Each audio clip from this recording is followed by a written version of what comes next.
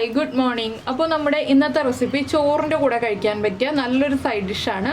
ഇത് സദ്യയിലും ഉൾപ്പെടുത്താൻ പറ്റിയ റെസിപ്പിയാണ് കേട്ടോ. നമ്മുടെ പഴം എരിശ്ശേരിയാണ്. നിങ്ങൾ ഇതുവരെ പഴം എരിശ്ശേരി ഉണ്ടാക്കിയിട്ടില്ലെങ്കിൽ ഉറപ്പായിട്ടൊന്ന് ട്രൈ ചെയ്ത് നോക്കിക്കോളൂ. നന്നായിട്ട് ഇഷ്ടപ്പെടും. ഇളം മധുരമൊക്കെ ഇഷ്ടപ്പെടുന്ന ആളുകൾക്ക് എന്തായാലും ഇഷ്ടപ്പെടുന്ന ഒരു കറിയാണിത്. അപ്പോൾ നമുക്ക് എങ്ങനെയാണ് ഈ ഒരു പഴം എരിശ്ശേരി തയ്യാറാക്കുന്നത് നോക്കാം.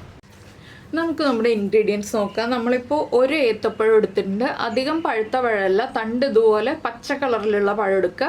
അതുപോലെ തന്നെ 1.5 കപ്പ് തേങ്ങ ചിരവിയതെടുത്തിട്ടുണ്ട്. പിന്നെ ഒരു 2-3 പച്ചമുളക്, 4-5 ഉള്ളി, പിന്നെ ബാക്കിയുള്ളതൊക്കെ നമ്മുടെ വീട്ടിൽ സാധാരണ എപ്പോഴും ഉള്ള കാര്യങ്ങൾ തന്നെയാണ്. അപ്പോൾ ആദ്യം നമുക്ക് ഈ പഴം കുക്ക് ചെയ്യാൻ വയ്ക്കാം. പഴം കുക്ക് ചെയ്യാൻ വയ്ക്കുമ്പോൾ സാധാരണ നമ്മൾ പുളിശ്ശേരിക്കൊക്കെ കട്ട് ചെയ്യുന്ന പോലെയല്ല, കുറച്ച് തിക്കായിട്ട് സ്ക്വയറായിട്ടാണ് കട്ട് ചെയ്യുന്നത്. അപ്പോൾ ആദ്യം പഴം കട്ട് ചെയ്തെടുക്കാം. അപ്പോൾ നമ്മൾ നമ്മുടെ പഴം ഇതുപോലെ സ്ക്വയറിൽ കട്ട് ചെയ്തെടുത്തിട്ടുണ്ട്. ഈ ഒരു തിക്നെസ്സിൽ കുറച്ച് ചെറിയ പീസുകളായിട്ടാണ് കട്ട് ചെയ്തെടുത്തിട്ടുള്ളത്. ഒരു പഴം 4ആയിട്ട് നീളത്തിൽ കട്ട് ചെയ്തിട്ട് ഇതുപോലെ ചെറിയ പീസുകളാക്കി എടുക്കുക. ഇതിലേക്ക് നമുക്കിനി വേണ്ടത് ഒരു 1/4 ടീസ്പൂൺ മഞ്ഞൾപ്പൊടി, അതുപോലെ തന്നെ എരിവുള്ള മുളക് പൊടിയാണ് ഞാൻ ചേർക്കുന്നത്, 1/4 ടീസ്പൂൺ തന്നെ.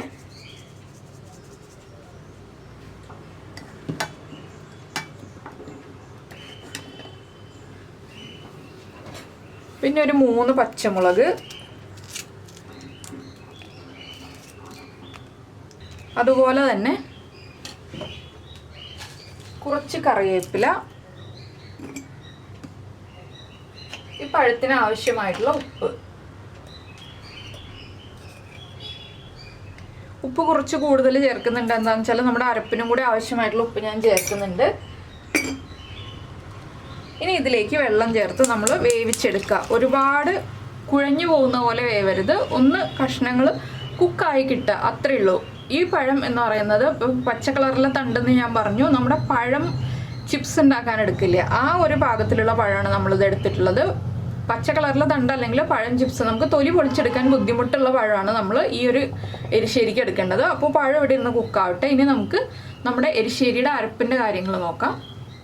നമുക്ക് അരപ്പിനായിട്ട് നമ്മൾ എടുത്തു വെച്ചിരിക്കുന്ന തേങ്ങയിൽ നിന്ന് ഒരു 1/2 കപ്പ് തേങ്ങ നമ്മുടെ മിക്സിയുടെ ജാറിലേക്ക് ഇട്ട് കൊടുക്കാം. 1/2 കപ്പ് മതി, ഒരുപാട് തേങ്ങ വേണ്ട.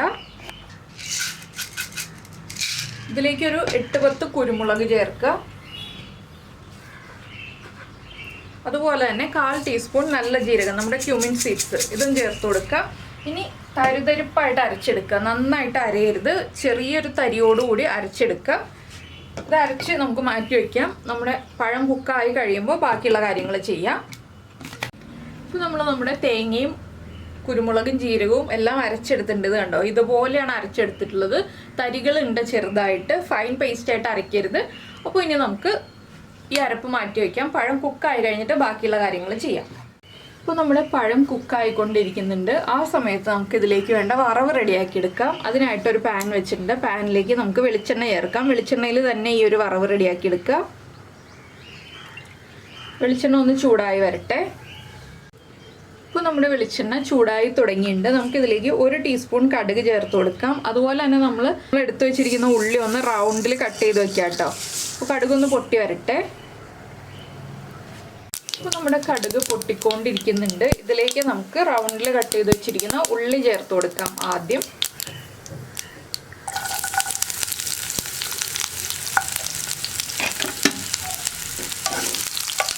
ഉള്ളി ഒന്ന് കുക്കായി തുടങ്ങുമ്പോൾ നമുക്ക് ബാക്കിയുള്ള കാര്യങ്ങൾ ഓരോന്നായിട്ട് ചേർത്ത് കൊടുക്കാം. ഉള്ളി ഒന്ന് സോഫ്റ്റായി വരണം, അത്രയും സമയം മതി. ഒരുപാട് അങ്ങോട്ട് കളർ മാറുന്നത് വരെ കുക്ക് ചെയ്തെടുക്കണ്ട.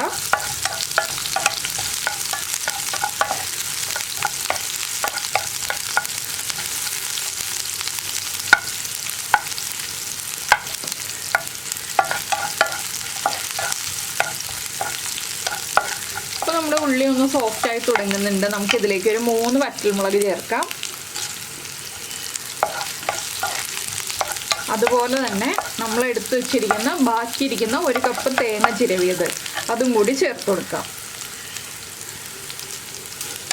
ഇനി തേങ്ങയുടെ കളർ മാറി വരുന്നത് വരെ ഒന്ന് ഇളക്കി കൊടുത്തുകൊണ്ടിരിക്കുക. ഇതിലേക്ക് ഇനി ചേർക്കേണ്ടത് കറിവേപ്പിലയാണ്.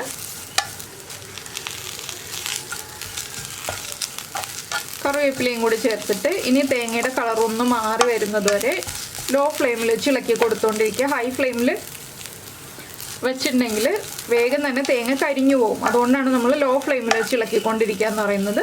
അപ്പോൾ ഇനി തേങ്ങയുടെ കളർ മാറി കഴിഞ്ഞിട്ട് നമുക്ക് ബാക്കിയുള്ള കാര്യങ്ങൾ കാണാം. അപ്പോൾ നമ്മുടെ പഴം കുക്കായിക്കൊണ്ടിരിക്കുന്നുണ്ട്. ഞാനിപ്പോൾ നമ്മുടെ തേങ്ങ വറവിടാനുള്ളത് മാറ്റി വെച്ചു, അപ്പുറത്തെ ബർണറിലേക്ക് വെച്ചു. ഇനി നമുക്കിതിലേക്ക് അരപ്പ് ചേർക്കാം. ഇത് കണ്ടോ, പഴം ഉടഞ്ഞു പോയിട്ടില്ല, എന്നാൽ ആവശ്യത്തിന് കുക്കായിട്ടുണ്ട്. അപ്പോൾ നമുക്കിനി അരപ്പ് ചേർത്ത് കൊടുക്കാം.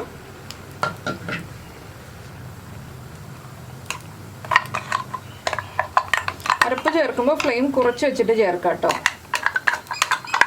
ഇത് കുറച്ച് തിക്കായിരിക്കുന്ന ഒരു ഗ്രേവിയാണ്. ഒരുപാട് തിന്നായിട്ടുള്ള, ഒരുപാട് ലൂസായിട്ടുള്ള ഗ്രേവി അല്ല. അതുകൊണ്ട് തന്നെ നമ്മൾ ഒരുപാട് വെള്ളം ഒഴിച്ചു കൊടുക്കരുത്, കുറച്ച് വെള്ളം ചേർക്കുക.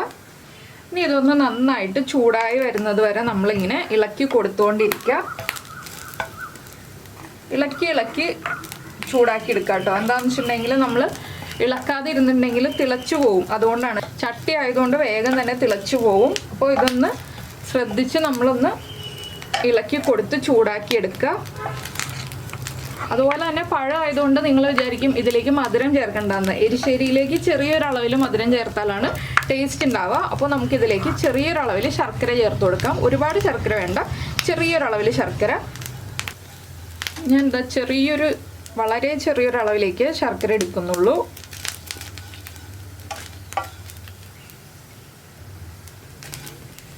ഇത്രയും ശർക്കരയെ ചേർക്കുന്നുള്ളൂ, ഇത് മതി.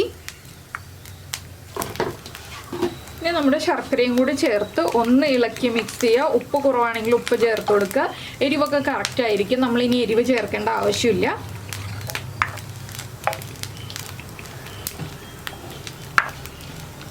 ഇനി ശർക്കരയും കൂടെ ഒന്ന് മെൽറ്റായി വരുമ്പോൾ നമുക്ക് ഉപ്പും എരിവും എല്ലാം ചെക്ക് ചെയ്യാം.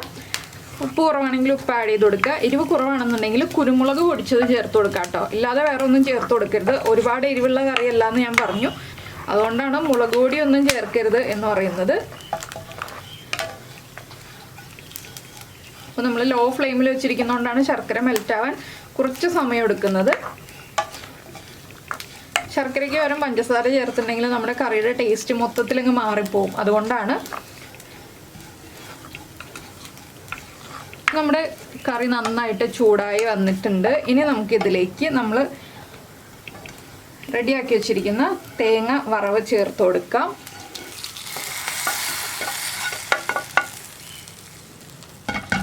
ഇത് ചേർത്തിട്ട് വീണ്ടും ഒന്ന് ഇളക്കി മിക്സ് ചെയ്യുക. ഇത്രയേ ഉള്ളൂ, നമ്മുടെ പഴം എരിശ്ശേരി റെഡി ആയി കഴിഞ്ഞു. ഫ്ലെയിം ഓഫ് ചെയ്യുക. ഇനി നമുക്ക് ഇളം ചൂടോടുകൂടി സെർവ് ചെയ്യാം. ഇത് സദ്യയിലും സെർവ് ചെയ്യാവുന്നതാണ്, ചോറിൻ്റെ കൂടെയും കഴിക്കാൻ പറ്റുന്ന നല്ലൊരു കറിയാണ്. അപ്പോൾ നിങ്ങൾ ഇതുപോലെ ഉണ്ടാക്കി നോക്കിയിട്ടില്ലെങ്കിൽ, നമ്മൾ സാധാരണ മത്തങ്ങ പയർ എരിശ്ശേരിയൊക്കെയാണ് ഉണ്ടാക്കാറുള്ളത്. അപ്പോൾ പഴം എരിശ്ശേരി ഉണ്ടാക്കി നോക്കിയിട്ടില്ലെങ്കിൽ ഉറപ്പായിട്ട് ഒന്ന് ട്രൈ ചെയ്ത് നോക്കിക്കോളൂ, നന്നായിട്ട് ഇഷ്ടപ്പെടും. ചെറിയൊരു മധുരത്തോടു കൂടിയുള്ള കറികളൊക്കെ ഇഷ്ടപ്പെടുന്ന ആളുകൾക്ക് വളരെയധികം ഇഷ്ടപ്പെടുന്ന റെസിപ്പിയാണിത്.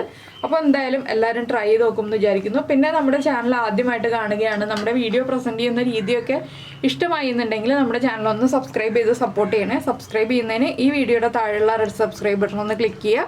അതിൻ്റെ റൈറ്റ് സൈഡിലുള്ള ബെല്ലൈക്കണും ക്ലിക്ക് ചെയ്യുക. ഞാൻ ഫ്ലെയിം ഓഫ് ചെയ്തിട്ടും കറി വീണ്ടും ചൂടായി തുടങ്ങുകയാണ്. എന്താണെന്ന് വെച്ചിട്ടുണ്ടെങ്കിൽ മൺചട്ടിയാണല്ലോ, അതുകൊണ്ടാണ്. അപ്പോൾ എന്തായാലും നമുക്ക് നമ്മുടെ അടുത്ത റെസിപ്പിയുമായിട്ട് അടുത്ത ദിവസം വീണ്ടും കാണാം.